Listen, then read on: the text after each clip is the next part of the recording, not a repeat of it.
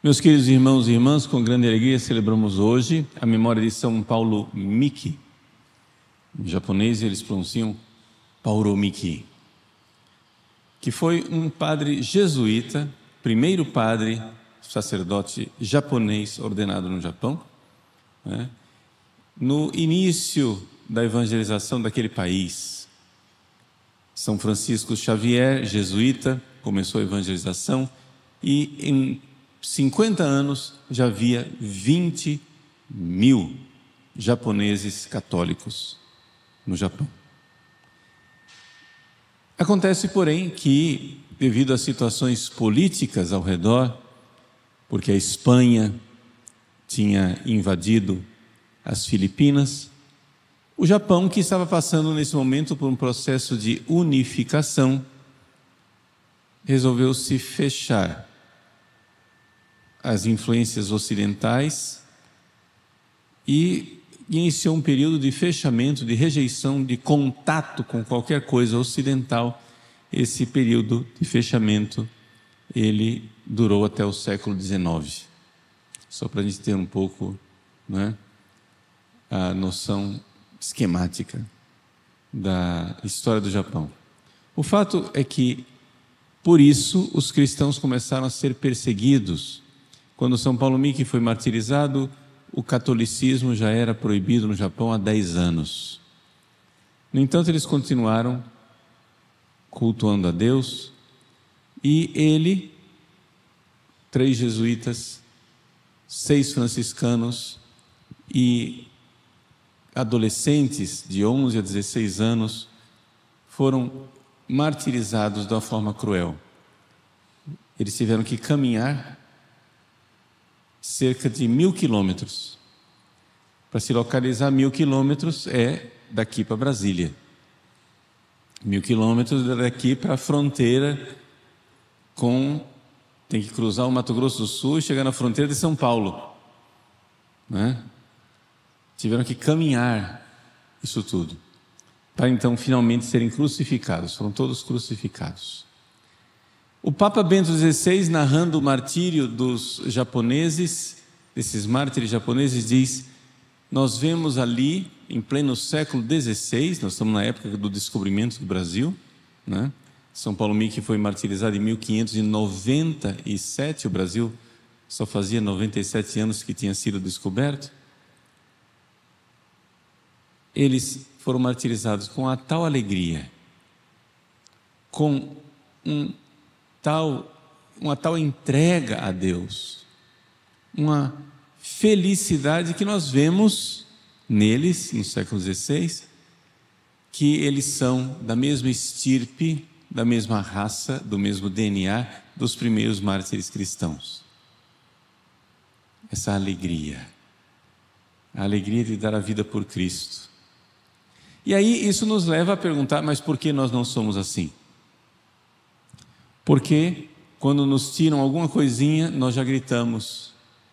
Porque quando alguém nos tira aquilo que nós queríamos, nós já dizemos, né, que é injustiça, começamos a reclamar, ficamos tristes, deprimimos, ficamos com raiva, ansiosos e começamos a sofrer.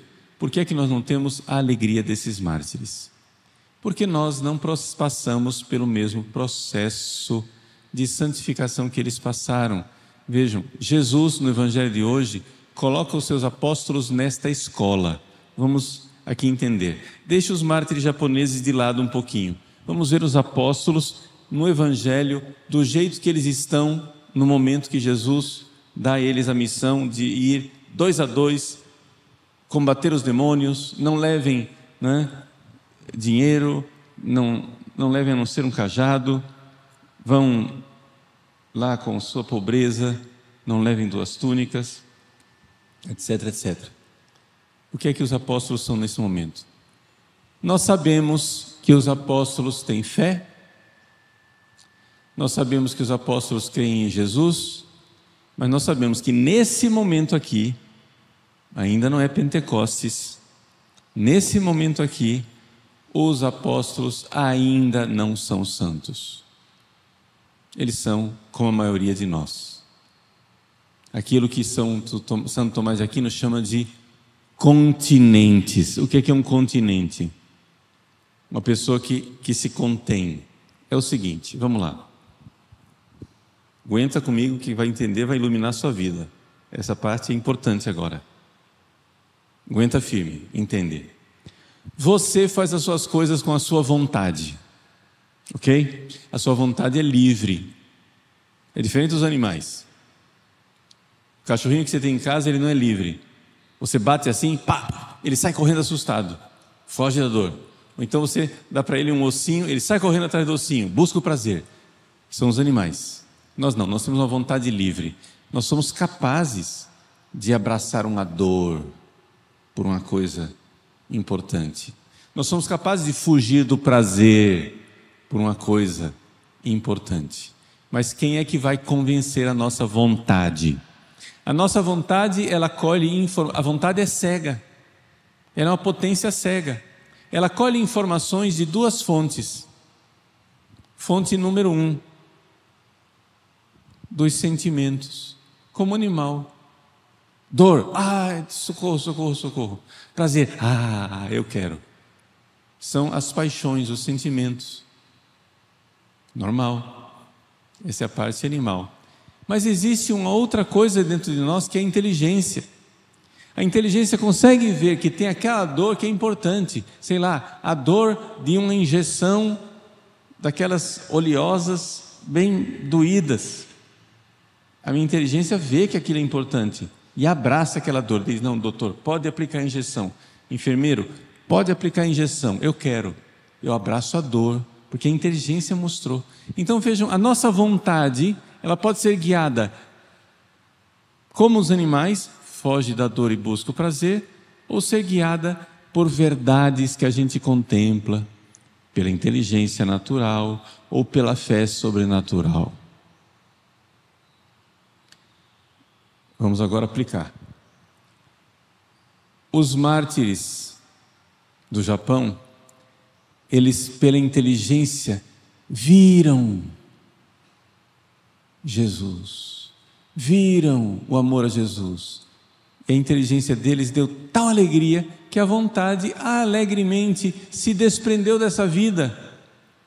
Uma das crianças que foi martirizada, quando ele ouviu o soldado dizendo que ele seria morto, ele deu um grito de alegria, sabendo que iria ver Jesus e Nossa Senhora, e rodopiou de alegria.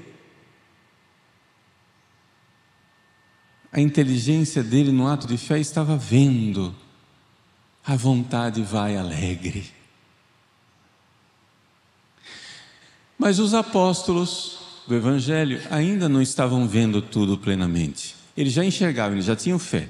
Eles eram como nós somos agora. A gente vê que Jesus é Deus, vê que Jesus é importante, vê que nós queremos amar Jesus, mas dentro de nós ainda tem tanta informação que vem das nossas paixões, dos nossos sentimentos, dos nossos apegos, que todas as vezes que Jesus nos pede uma coisa, é como se Ele estivesse sendo cruel e nos arrancasse um pedaço.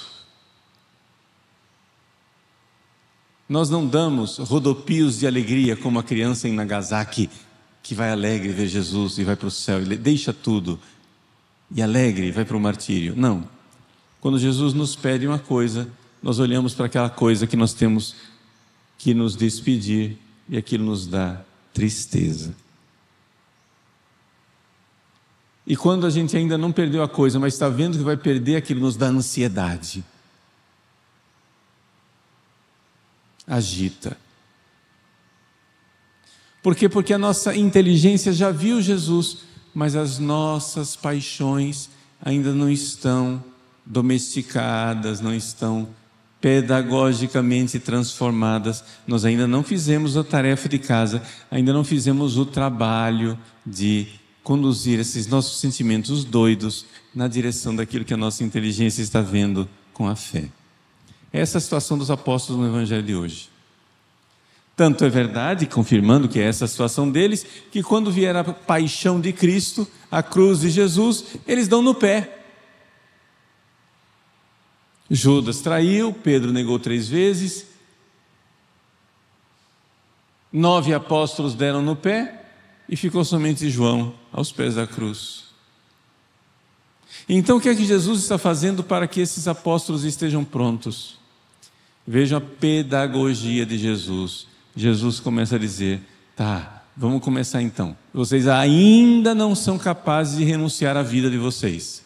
Ainda não são capazes de ser mártires. Serão, tirando Judas, que se perdeu, os outros todos serão capazes do martírio. Serão capazes de renunciar tudo por amor a Jesus, alegremente. Vai acontecer. Também São Pedro será como Paulo Mique e seus companheiros. Também os outros, André, Tiago, João, todos os apóstolos serão assim. Mas ainda não. Jesus então pedagogicamente diz: olha, é o seguinte, eu vou mandar vocês para uma situação difícil. Bom pedagogo Jesus. Não mandou eles para viver uma vida boa. Vocês vão lá enfrentar o diabo. Ok? Combinado? Vocês vão expulsar os espíritos impuros. E, para que vocês consigam vencer essa missão difícil, vocês vão desapegar de coisas. Vocês vão fazer exercícios de desapego. Vocês vão deixar de ficar apegado ao dinheiro, não leva sacola. Vocês vão ficar desapegados aos confortos, não levem 2 túnicas. Vocês vão fazer esse exercício. Veja como Jesus é um pedagogo. É um pai bondoso que vai educando seus filhos e eles vão se desapegando. Ao invés de ser aquela mamãe que mima a criança e cobre a criança de cuidados. Ai, ele não pode sofrer, tadinhozinho, coitadinho, ai, ai, ai. Não, Jesus é bom. Ele diz, vai lá, enfrenta o capeta, e ainda é o seguinte, vai lá, desarmado de você, mas armado de Deus. Vai como Davi que enfrenta Golias. Não leve a couraça de Saul, não leve o capacete de Saul, não leve nada, não leve a espada de Saul, você vai levar somente as 5 pedrinhas, né? E o seu estilingue para arremessar as coisas. Vai para Golias. Vejam a pedagogia de Jesus. Jesus então vai nos acostumando ao desapego. Foi exatamente porque Davi, que começou tão bem o seu processo de formação, esqueceu disso, quando ele se tornou rei, que ele se apegou novamente ao bem-estar, às coisas boas da vida. Quando ele, no seu palácio real, o hagiógrafo diz assim, era a época em que os reis partiam para a guerra. E Davi estava no seu palácio, andando ociosamente. Mas você não devia estar na guerra? Era a época em que os reis partem para a guerra. Os reis vão para a guerra, vai lá. Você não devia estar na guerra? Davi olha no seu palácio lá, no jardim, vê uma mulher bonita e peca.